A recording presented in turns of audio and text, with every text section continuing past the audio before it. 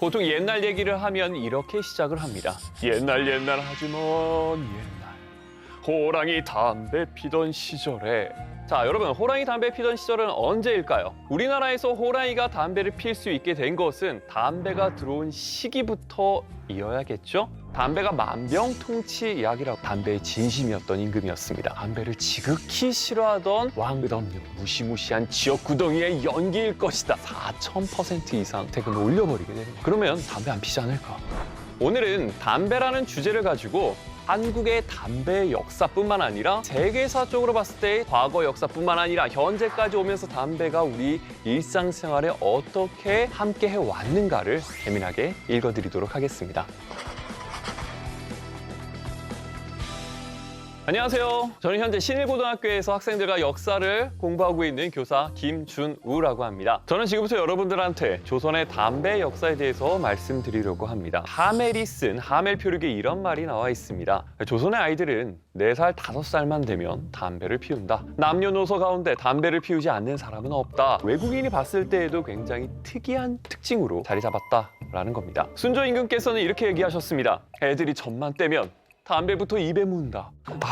그만큼 조선에서 흡연은 흔한 일이었습니다. 조선시대 때 가장 담배를 사랑하던 애연가, 대표적인 인물 바로 정조 임금이 있습니다. 정조는 담배가 만병통치 이야기라고 여겼는데요. 정조의 신문집인 홍제전서에 보면 정조 임금은 앓고 있는 병이 있었고 그것을 치료하기 위해서 약도 많이 복용했으나 이 남령초, 그 당시 담배를 남령초라고 불렀는데 불의 기운으로 한담을 공격하여 가슴에 막힌 것이 사라지고 연기의 진기가 폐를 적셔 밤에 편안히 잠을 잘 수 있었다라고 담배가 몸에 그렇게 좋다고 극찬을 하셨습니다. 심지어 정조 임금은 과거 시험 중 전시, 보통 전시는 가장 사회적 현안, 나라에서 필요한 것들을 물어보는 시험이거든요. 거기에 이러한 문제를 출제했습니다.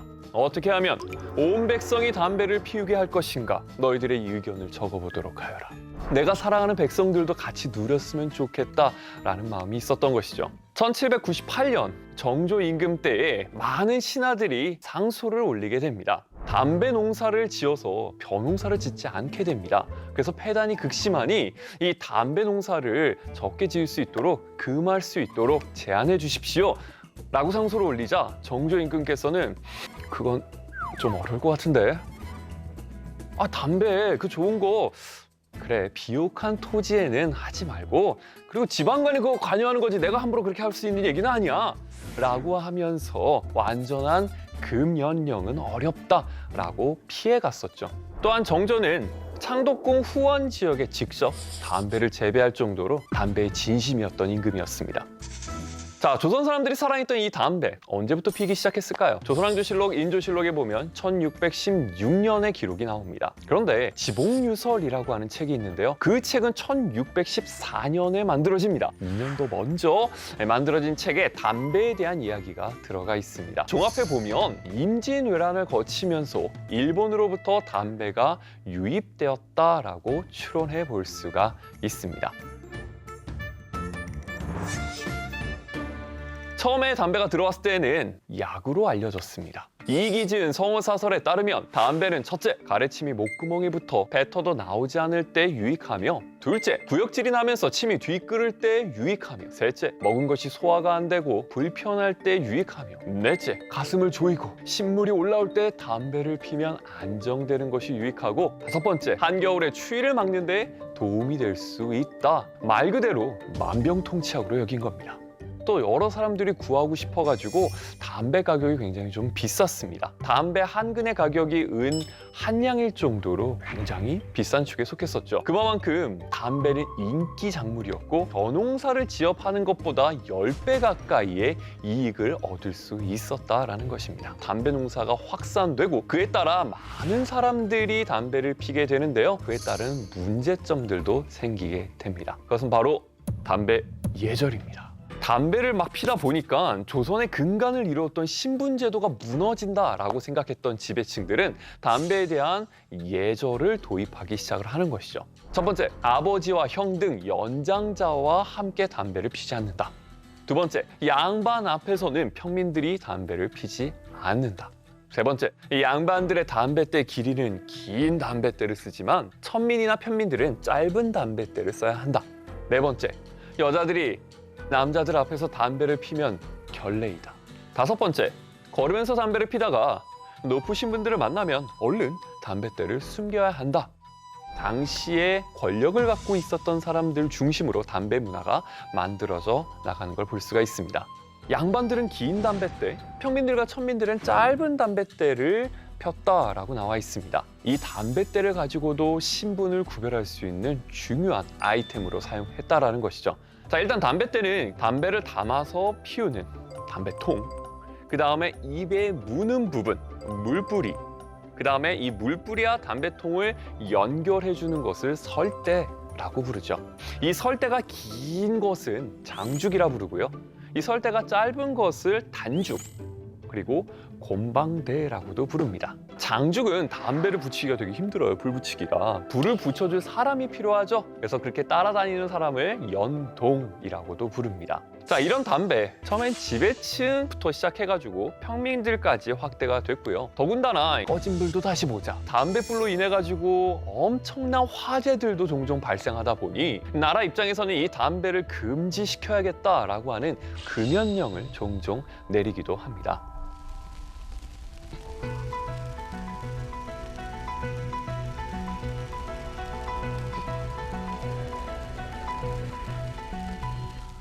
그러자 숙종 때 잠깐 금연령을 내리긴 하지만 얼마 못 가 흐지부지 되고요. 우리나라든 전 세계 어떤 나라든 담배를 금지하기는 힘들다 보니 오히려 여기에 세금을 붙여서 국가 수입을 증대시키는 방법으로 쓰던가 아니면 이 모든 것들을 국가에서 통제하려고 하는 전매 제도를 실시함으로써 통제해 나가는 모습을 볼 수가 있습니다. 잠깐 세계사로 눈을 돌려볼까요? 영국으로 한번 가보도록 하겠습니다. 영국 17세기 제임스 1세라고 하는 왕이 있습니다. 제임스 1세는 담배를 두고 무엇이라 얘기했느냐? 눈에는 혐오스럽기 짝이 없고 코에는 증오스럽기 짝이 없고 두뇌에는 유해하기 짝이 없고 폐에는 위험하기 짝이 없다. 고약한 검은 연기와 가장 비슷한 것은 끝없는 무시무시한 지역구덩이의 연기일 것이다. 이렇게 아주 그냥 악담과 저주를 퍼부었다라는 것입니다. 당연히 금연령을 내리고 싶었겠죠. 그런데 그게 여의치 않자 역시나 마찬가지로 세금을 올리게 됩니다. 당시 원래 담배는 1파운드당 2펜스였던 세금을 1파운드당 6실린 10펜스, 4000% 이상 세금을 올려버리게 되는 거죠. 그러면 담배 안 피지 않을까라는 생각을 했던 겁니다.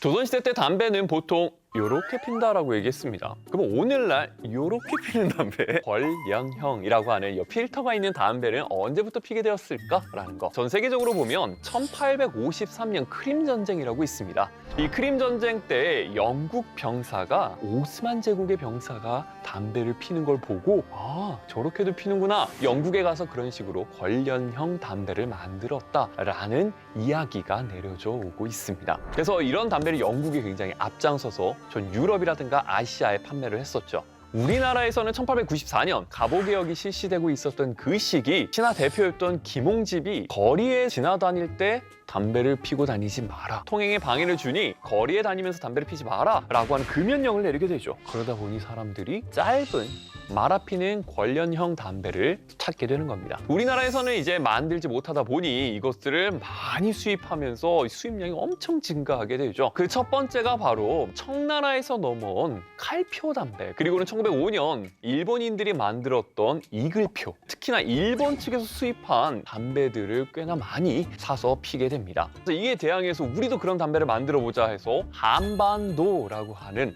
담배를 만들었지만 사실상 크게 인기는 끌지 못하게 됩니다.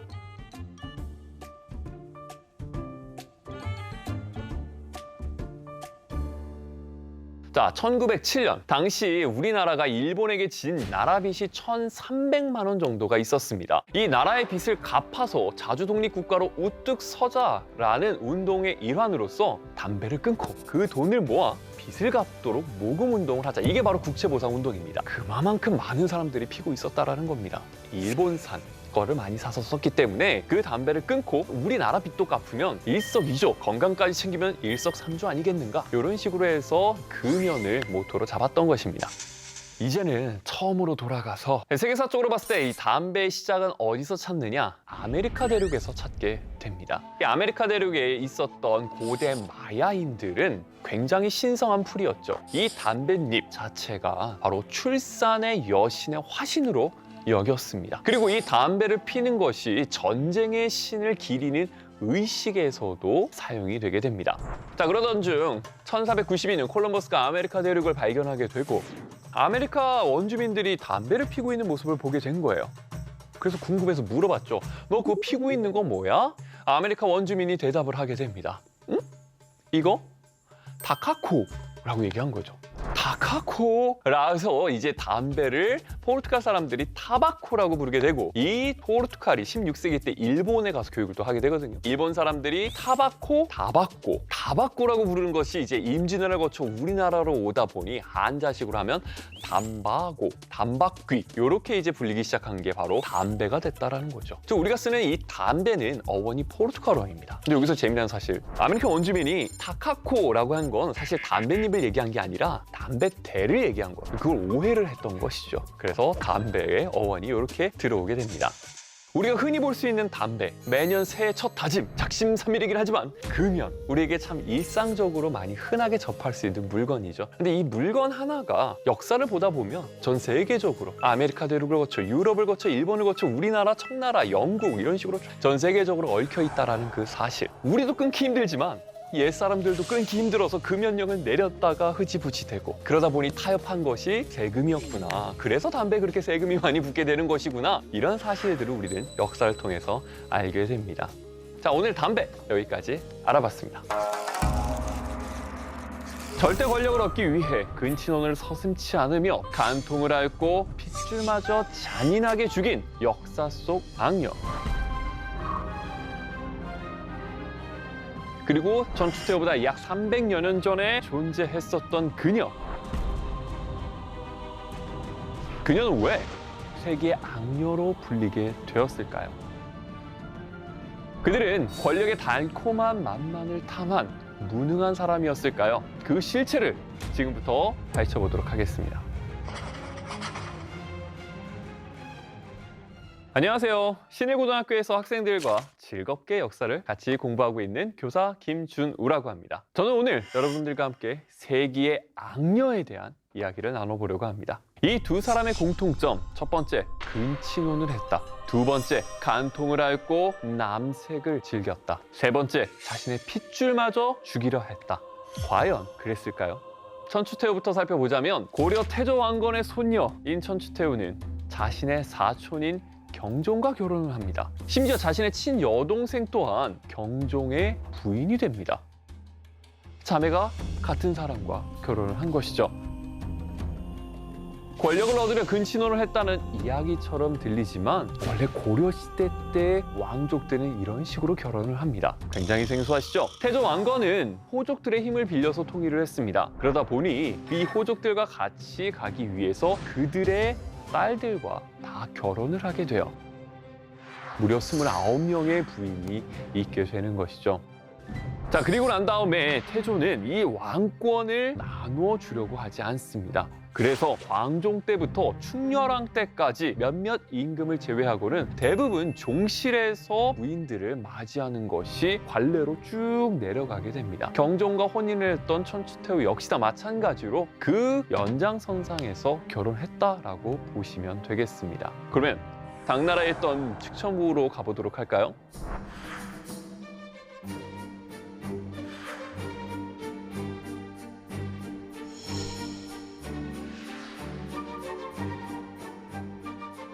일단 축천무의 명칭부터 얘기를 좀 해보도록 할게요. 축천은 시호고요.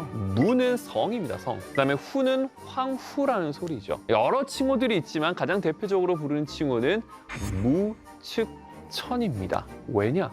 직접 황제를 했었기 때문이죠. 그래서 앞으로 저는 측천무후라기보다는 무축천이라고 부르도록 하겠습니다. 이 무축천은 당나라 개국공신이었던 무사회계의 딸로 태어나게 됩니다. 집안이 괜찮았죠.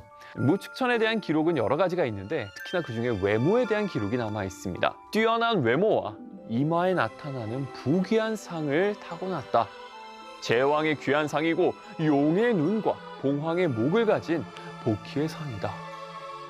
최고의 찬사죠. 근데 아름다움뿐만 아니라 여성으로서 학식, 예절 이런 것들을 겸비하다 보니 소문이 자자하게 퍼지게 됩니다. 이 소문을 그 당시 황제였던 당태종이 듣고 직접 부르게 됩니다. 그리고 당태종이 딱 보자마자 정말 듣던 대로 아름답구나. 내 특히 너한테 아름다울 미라는 이름을 하사하겠다. 무미랑이라고 이제 무축천은 불리게 됩니다. 자, 당태종은 무축천을 좋아했어요. 아름다워서 옆에 두었죠. 근데 무축천의 성격이 굉장합니다. 가히 여장부의 성격이라고 볼 수 있죠. 당태종은 그런 성격을 크게 좋아하지는 않았습니다. 그래서 나중에는 크게 가까이 하지 않았었죠. 그러면서 무축천은 그냥 궁 속에 있는 수많은 여인처럼 지나갈 뻔했으나 아들이었던 당고종이 문안 인사드리러 왔다가 눈이 맞은 거예요. 이렇게 아름다울 수가 해가지고 남몰래 연모하고 있었다라는 것이죠. 시간이 지나 당태종이 죽고 난 뒤에 궁중의 많은 여인들은 대부분 법도에 따라서 절에 들어가 스님이 되어야만 했습니다. 그런데 이 당태종의 아들이었던 당고종은 그 아름다움을 잊지를 못하는 거예요. 그래서 무축천이 가 있었던 감업사에 몰래 가서 미래를 즐겼죠. 그리고는 황제가 된 뒤에 고종이 무축천을 불러서 같이 궁중에서 생활을 하게 되는 것이죠. 자, 이런 식으로 아버지, 아들 어떻게 둘 다 결혼해서 살 수가 있느냐, 이게 말이 되느냐, 천륜을 어긴 것 아니냐라고 생각할 수가 있습니다. 그런데 이 당나라 초기 정권에 대한 이해가 좀 필요한데, 원래 당나라를 세웠던 당고조 이연 같은 경우에는 북방민족이었던 선비족이죠. 선비족은 아버지가 돌아가신다? 그럼 정식 부인, 친엄마 제외하고 나머지 부인들은 같이 사는 경우가 흔했습니다. 심지어 다음 세대였던 이 당현종이 아꼈던 그 양귀비 역시나 마찬가지로 며느리였습니다. 당나라 초반기 때 이런 것들이 받아들여지는 분위기였다라고 보시면 되겠네요. 자, 그럼 두 번째, 간통을 저지르며 남색을 즐겼다. 자, 일단 고려의 천추태부터 살펴보도록 하죠. 경종이 일찍 죽고 난 뒤에 둘 사이에 아들이 후계자가 되지 못합니다. 너무 어렸거든요. 그러다 보니 자신의 친오빠인 성종이 왕위에 오르게 됩니다. 이 성종은 유학자들을 굉장히 좋아해요. 그러다 보니까 불교를 좋아했던 천추태후, 정절과 수절을 강요하게 됩니다. 그리고 아들은 궁에 두고 출궁했던 천추태후는 먼 친척이었던 김치향과 사랑에 빠지게 돼요. 그래서 그를 승려의 옷을 입혀서 거처에 드나들도록 하게 합니다. 이러한 소문이 일파만파 퍼지자 성종이 노하게 된 것이죠. 이에 성종은 김치향을 멀리 귀양 보내게 되죠. 자, 그런데 시간이 또 지나서 성종도 이제 죽게 됩니다. 그러자 천추태후의 아들이 왕으로 즉위하게 되는데, 그것이 바로 고려 7대 왕인 목종이 되겠습니다. 즉위할 때 나이는 적지 않습니다. 18살입니다. 그런데 천추태후가 이때부터 본격적으로 섭정을 시작하며 권력의 중심으로 올라가게 되죠. 다시 귀양가 있던 김치향을 불러들이고 왕실의 의전을 담당하는 그런 사람으로 임명을 하게 됩니다. 그는 쭉쭉 승진해서 나중에는 나라의 인사권을 좌지우지하는 아주 실권자로서 등장하게 됩니다. 그러면서 김치향은 천추태후와 거대한 저택을 지어서 밤낮으로 향락을 즐겼다, 이런 이야기들이 내려오고 있습니다. 자, 그런데 우리가 천추태후와 김치향의 관계를 살펴볼 때는 고려시대 때의 흔한 결혼, 가족 관계를 살펴볼 필요가 있습니다. 조선만 생각하더라도 재혼은 무슨, 열려 정절을 지켜야지 라고 생각하겠지만, 고려시대 때는 재혼은 굉장히 자연스러운 것입니다. 천추태후가 남편이었던 경종이 죽고 난 뒤에 다른 남자와 결혼을 한다? 굉장히 일상적인 일이다라는 것이죠. 정말 여러 남자를 즐겼느냐, 그런 기록은 없습니다. 김치향 한 사람이 천추태후 옆을 지키고 있었다라는 거죠. 김치향은 사랑하는 사인과 동시에 정치적 동반자로서 고려를 이끌어 나가는 중요한 역할을 한다, 이렇게 생각하시면 되겠네요. 자, 그럼 이제 당나라 무축천으로 가보도록 하겠습니다. 무축천 옆에도 남자들이 꽤나 있습니다. 가장 대표적인 사람, 첫 번째, 풍소보라는 사람이 있습니다. 풍소보는 굉장히 천한 사람으로서 무축천이 딱 보고 마음에 들어서 신분 세탁을 좀 하게 됩니다. 설씨 가문의 양자로 편입시켜가지고 설회의라고 하는 새로운 이름까지도 만들어주게 되죠. 그러면서 그를 사부로 섬겨라 라고 해서 궁중에서는 그를 설사라고 불렀습니다. 네, 오해하지 마시고요. 스승사자를 붙여서 설사 이렇게 이제 부르게 됩니다. 자, 그런데 이 설웨이가 주제넘게 이젠 나의 세상이다 하면서 여기저기 이제 다니자 무축천은 설웨이를 제거하게 되는 것이죠. 자, 이 설웨이 다음에 무축천의 남자로서는 어이였던 심남구라는 사람이 있습니다. 그리고 말년에는 젊은 남자들 20대 초반 장창종, 장혁지 요 두 형제를 총리하게 됩니다. 뭐야, 무축천 젊은 남자들 좋아하고 남색을 즐긴 거 아니야? 라고 하지만 다르게 생각하면 역대 중국의 황제들 한번 보세요. 보통 3궁, 6원, 72비 해가지고 엄청나게 많은 여인들을 거느릴 수 있는 게 중국 황제인데 그에 비하면 무축천은 몇 명 되지 않는다라고 볼 수 있는 거죠. 세 번째 갈게요. 권력을 쥐기 위해 자신의 핏줄마저 제 손으로 죽였다. 사실일까요? 천추태후와 김치향 사이에 아들이 태어나게 됩니다. 그러자 후사가 없었던 목종의 뒤를 이어서 이 김치향의 아들을 왕으로 세우려는 계획을 꿰었다라는 고변이 들어가죠.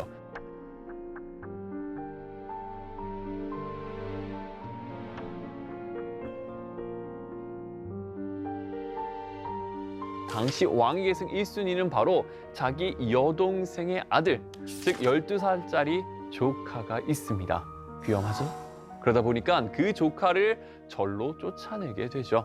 강제로 승려로 만들어버리게 됩니다. 여기 안심하지 않고 음식에 독을 타서 절에 보내게 되죠. 절의 중이 조카를 숨겨주고 음식을 땅에 버리면서 결국 독살당하지는 않았다라고 고려사에는 기록이 되어 있습니다. 즉 반란을 꾀했다라는 것입니다. 그러자 결국 김치향과 천추태후 일당이 제거되었다라고 이제 역사서에서는 기록을 하고 있는데요. 요거에 대해서는 여러 가지 이야기들이 좀 있습니다. 정말 김치향이 반란을 꾀하려고 했을까?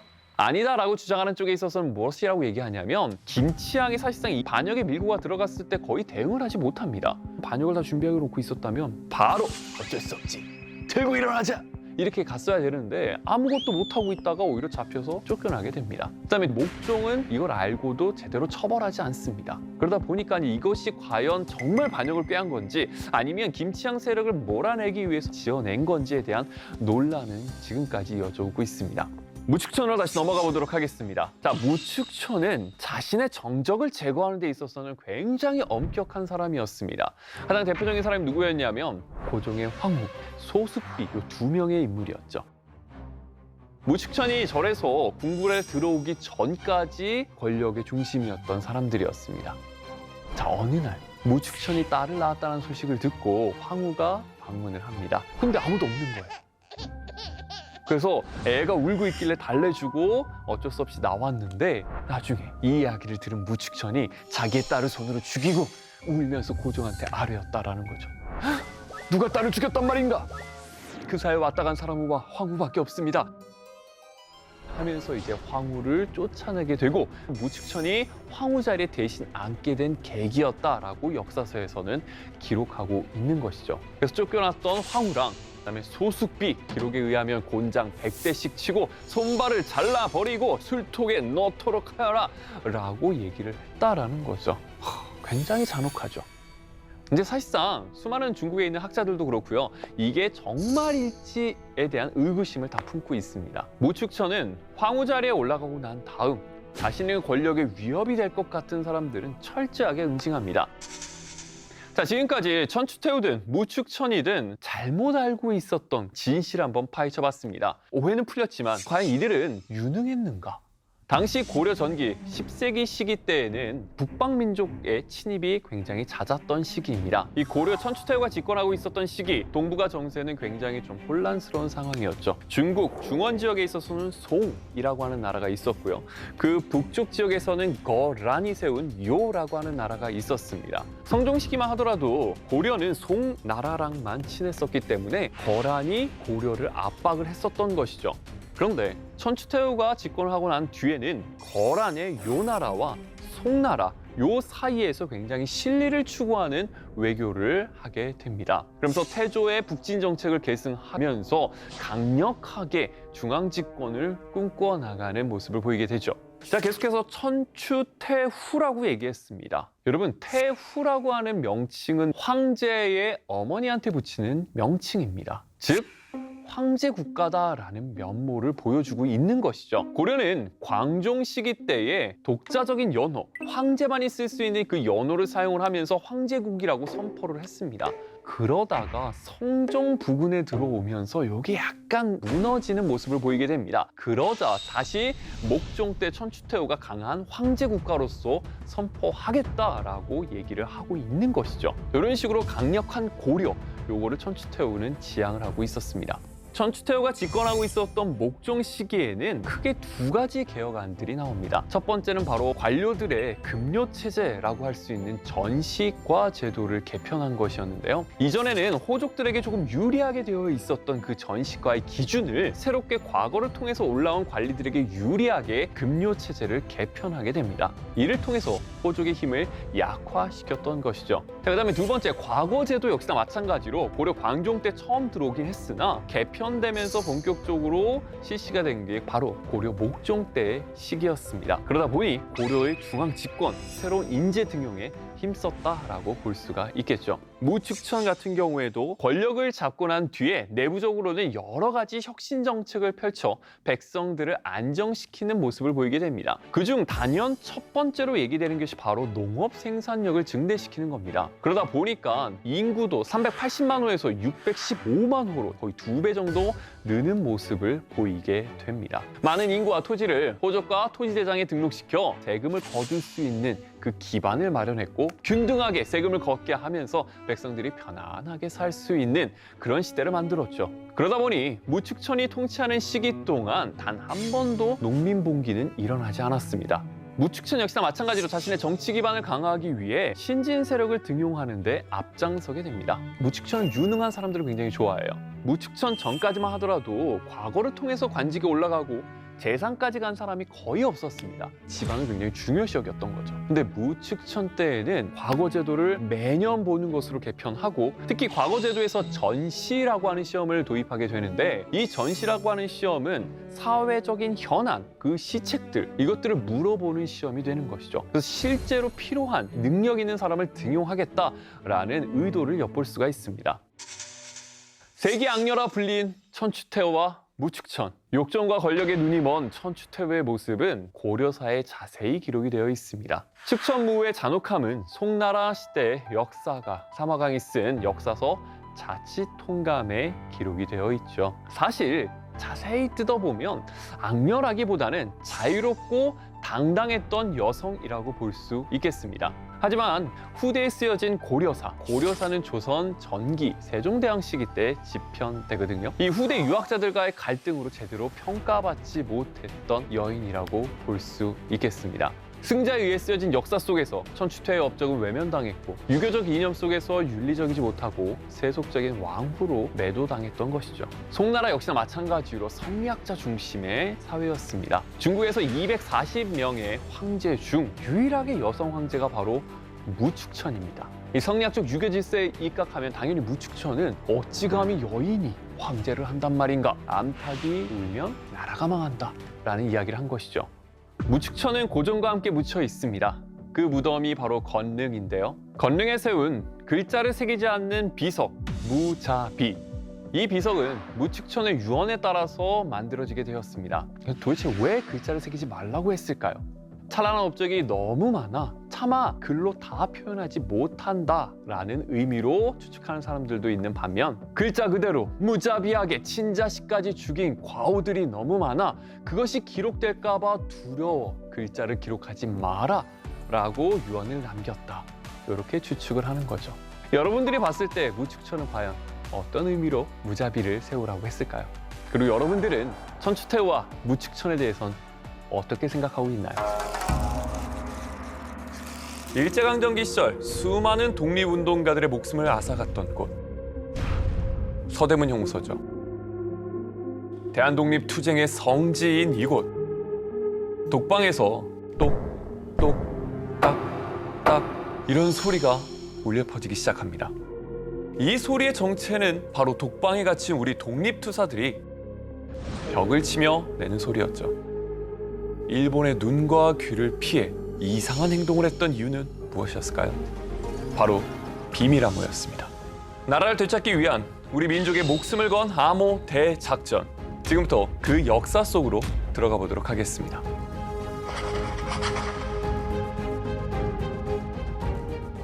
신일고등학교에서 학생들과 역사를 공부하고 있는 교사 김준우입니다. 서대문 형무소에 가면 귀를 대고 벽을 두드리는 모습을 한 밀랍 인형을 볼 수 있습니다.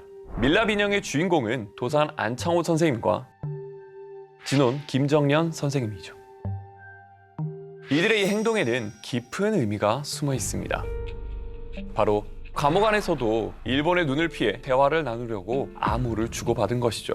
이를 타벽, 벽을 치고 통보, 알렸다, 타벽 통보법이라고 부릅니다. 형무소 안에서는 수감자들끼리 대화가 철저하게 금지되어 있었기 때문에 벽이나 나무 바닥을 두드려 수감자들끼리 정보를 교환했던 비밀 의사소통 방식입니다. 주먹으로 두드리고 손바닥, 손가락 정도에 따라 소리의 크기와 강도가 달라지는 것을 이용한 것이죠. 타벽 통보법은 벽을 두드리는 숫자와 세기에 따라 자음과 모음을 구분해 의사를 전달하는 방식인데요. 자음은 얇게 딱 하고 두드리는데 한 번이면 기역, 두 번이면 니은, 세 번이면 디귿 이런 식으로 자음을 배열해 나갑니다. 모음은 두껍게 똑 하고 두드리는 것이죠. 마찬가지로 한 번은 아, 두 번은 야라고 해석을 하면 되는 겁니다. 그런데 이 타벽 통보법이 들킬 뻔한 큰 위기에 놓이기도 했습니다. 도산 안창원 선생님은 1932년 윤봉길 의사의 의거 직후 서대문 형무소에 수감을 당하게 됩니다. 안창호는 7호실로 잡혀 들어갔는데 바로 옆 6호실에는 김정년, 5호실에는 여운형, 8호실에는 오동진 등 정말 대단한 독립운동가들이 다 수감이 되어 있는 상태였죠. 이 타벽 통보법은 옆방 수감자가 가르쳐줘야 했는데요. 적발되면 끔찍한 고문을 받아야 했기 때문에 위험을 감수해야 했습니다. 발각되면 목숨이 위태로울 수 있는 상황이었습니다. 하지만 감방과 감방 사이에 소통이 끊기면 소식이 전달이 안 되는 것이죠. 그렇기 때문에 모든 수감자들이 이 타벽 통보법을 알아야만 했습니다. 김정년은 주로 해외에서 활동해 암호법을 잘 모르는 안창호에게 암호를 가르쳐주게 되는데요. 독방 안에 있는 똥통을 벽에다가 옮겨놓고 그 위에 올라가 7번 방에 있는 안창호에게 신호를 가르쳐주고 있었는데 갑자기 몸이 후들거리면서 떨어져 버린 것이었죠. 순찰 중이었던 간수가 6호실에서 소리가 나자마자 바로 감식으로 들여다보게 됩니다. 이때 사실이 발각되면 김정년은 물론 배우고 있었던 안창호까지 처벌을 받게 되는 상황이었죠. 이때 김정년은 기지를 발휘하게 됩니다. 순간 미친 사람 흉내를 내면서 손으로 똥을 확 퍼서 뿌리며 똥물을 뒤집어 쓴 것이죠. 그리고 위기를 모면하고자 미친 사람처럼 행동하면서 취조관이나 의사에게 마구 달려들어 물어뜯고 고함치고 간수들이 김정년의 뼈가 으스러지도록 때렸지만 전혀 개의치 않고 결국 미친 사람이라는 판정을 얻게 됩니다. 안창원 선생님은 당시 나이가 55이었습니다. 38살의 김정년 본인 혼자 고통을 당하고 온 것으로 끝났던 것이죠. 미친 사람 판정을 받자 나는 도산 선생님을 생각하고 오히려 기쁜 마음을 금할 수 없었다. 뼈가 으스러지도록 구타를 당했지만 독립운동의 지도자인 도산 선생을 보호해야 한다는 일념으로 기쁜 마음으로 참아냈다라는 것이죠. 독립운동가들이 한글의 자음과 모음을 사용했는데요. 이 한글을 암호로 사용했던 건 조선시대 때부터였습니다. 조선왕조실록의 성종실록에 보면 이러한 기록이 나와 있습니다.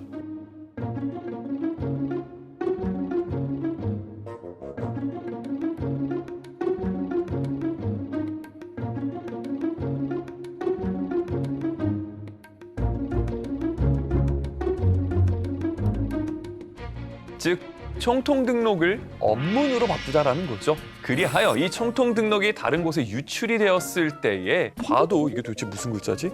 해독할 수 없게 만들자라는 뜻이었죠. 이게 바로 훈민정음, 즉 한글이 되겠습니다. 그리고 전쟁에서 역시 암호를 빼놓을 수 없죠. 임진왜란 때 일본군으로부터 정보를 보호하기 위해 한글로 문서를 작성해서 보내는 일이 있었습니다. 지금 내 편지를 보고 가토 기요마사와 중국이 밀약하여 거사하려고 하는 상황을 비로소 분명히 알았다. 그리고 중원의 주사가 거제 등지에서 수로를 살피니 오래지 않아 큰 거사가 있을 것이다. 이 일이 다른 외인의 귀에 전파될까 우려되기 때문에 언서로 답하는 것이다.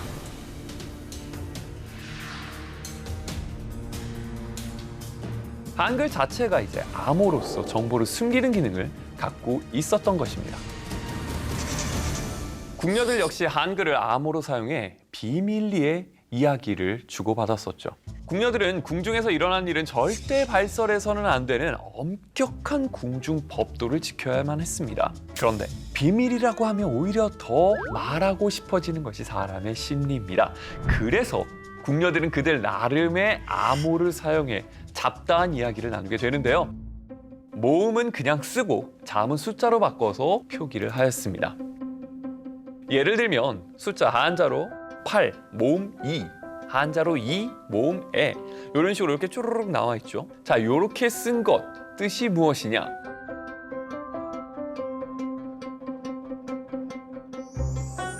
이내시 추상궁과 밀회. 내시와 상궁이 밀회한다라고 이제 수다로 풀고 싶어서 한글을 통해 숫자로 바꿔 암호화한 것입니다. 단순한 암호였지만 답답한 궁중 생활의 하나의 활력으로 작용하게 됩니다. 이렇게 한글을 암호로 사용했던 방식은 일제강점기까지 이어져 독립운동에도 영향을 끼쳤죠. 독립운동가들이 사용했던 암호는 크게 두 가지로 나눠볼 수가 있는데요. 첫 번째는 한글의 자음과 모음을 배치한 뒤에 숫자로 표현하는 방법이었습니다.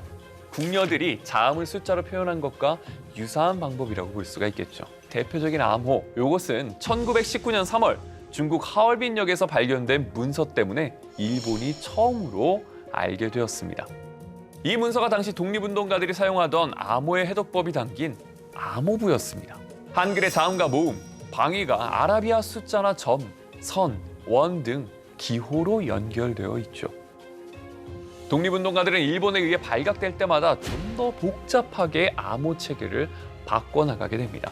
1945년 한국 광복군에서 활동하던 김우전 선생이 암호를 개발한 게 하나 있습니다. 김우전 선생은 일본군으로 강제 징병되어 중국에 들어오게 되는데요. 그 일본군에서 탈출하여 한국 광복군에 합류를 하게 됩니다. 그리고는 한국 광복군 제3지대에서 국내 진공 작전을 미국 정보국이었던 OSS와 함께 준비하고 있었죠.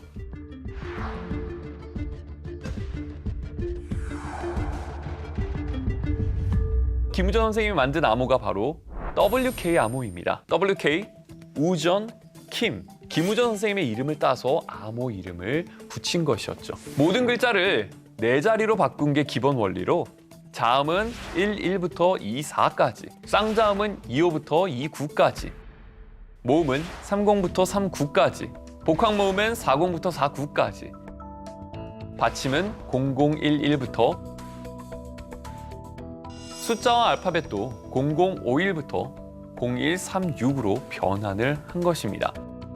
이렇게 되면 숫자가 매우 길게 나타나지만 무조건 네 자리로 끊어 읽으면 되기 때문에 헷갈리지 않는 장점이 있었습니다. 예를 들어서 1139, 0015, 1936, 0012, 1836, 7716. 자, 이게 도착을 했어요. 무슨 뜻일까요?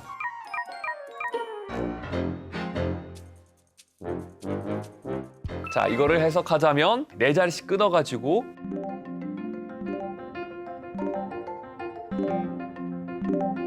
(7716이) 지금 분주하다라는 뜻입니다.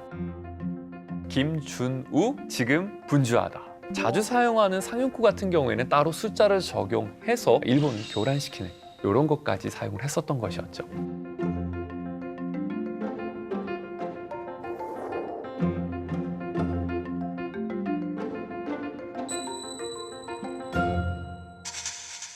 암호를 만드는 두 번째 방법, 자음과 모음의 배열을 바꿔가지고 새로운 단어로 조합하는 방법도 사용이 되었습니다. 먼저 자음만 바꾸는 방식은 자음을 차례대로 배열을 하고 그 밑에 자음을 거꾸로 배치해서 대체한 방법도 있었는데요. 예를 들어서 태, 캅, 통, 킵, 찹, 에. 자, 이건 도대체 무슨 뜻일까요? 바로 대한독립 만세를 암호화한 것입니다.